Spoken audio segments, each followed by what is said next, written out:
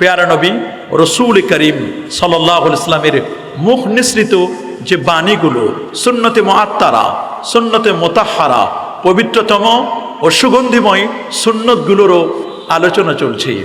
আপনারা শুনলে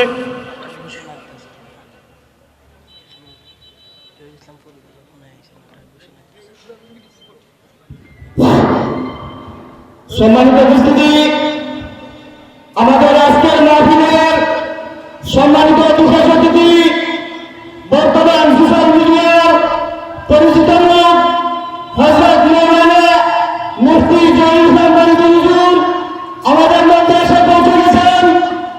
আমাদের হুজুরের বয়ান আমাদের মুফতি উসমান গনি সাইদি সাহেবের হুজুরের বয়ানের পূর্বেই আমরা মাহফিল নিয়ে আসবো ইনশাআল্লাহ।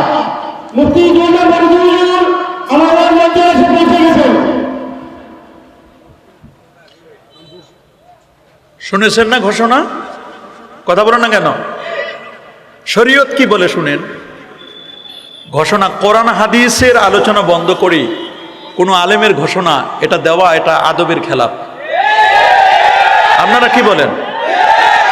এটা কোনো দ্বন্দ্ব করার জন্য নয়, কলহ করার জন্য নয়।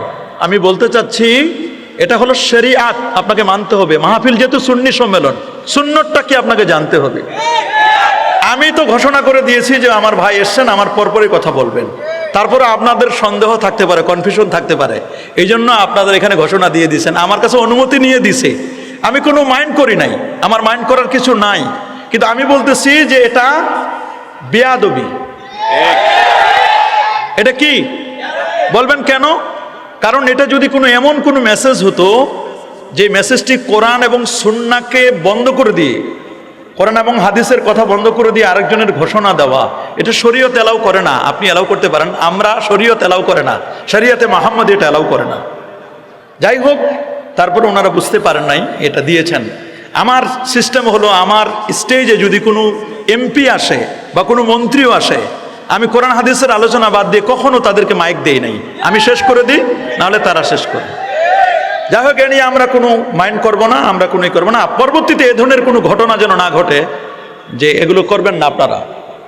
কমিটি আমি মনে করছি স্ট্রং কমিটি, এবং কমিটি অত্যন্ত সুচতুর চালাক মানুষ। আপনারা এ ধরনের কথা কেন বলেন আমি বুঝে আসি না।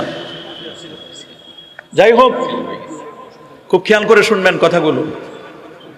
রাসূল করিম সাল্লাল্লাহু আলাইহি ওয়াসাল্লামের সুন্নতে মুআত্তারা, সুন্নতে মুতাহহারা, প্রেমময় ও সুগন্ধিময় সুন্নতগুলোর আলোচনা, এটি আমাদের মতো এই মুখে মানায় না।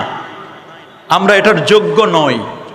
শুধু আমরা এতটুকুই বলবো যে আমরা এই আলোচনাটা শুনে রসুলের সুন্নাতের প্রতি যেন আমাদের রূপবাত, আমাদের আগ্রহ, আমাদের অনুরাগ যেন বাড়ে।